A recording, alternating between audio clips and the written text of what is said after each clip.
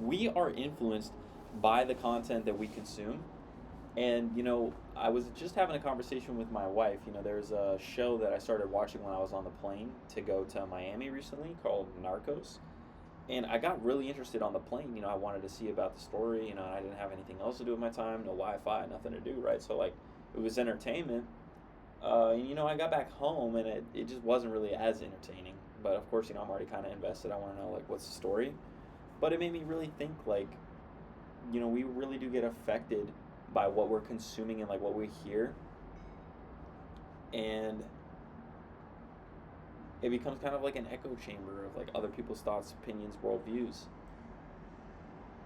And so you got to really curate, who you're listening to, what you're watching, what you're really exposing your mind to, because it is going to affect your reality.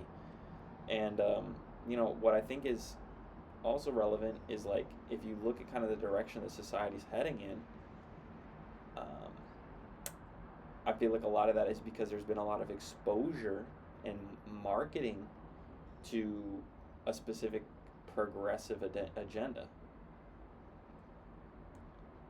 And, I mean, let's be honest, we can't know about what we don't know about, right? And so if it's not being marketed, if you don't know about it, there's no awareness around it, you can't know about it, right? For instance, if I told you that I've got this massive $1 billion opportunity here in Chile that I'm just so happen to be a part of, this massive land acquisition,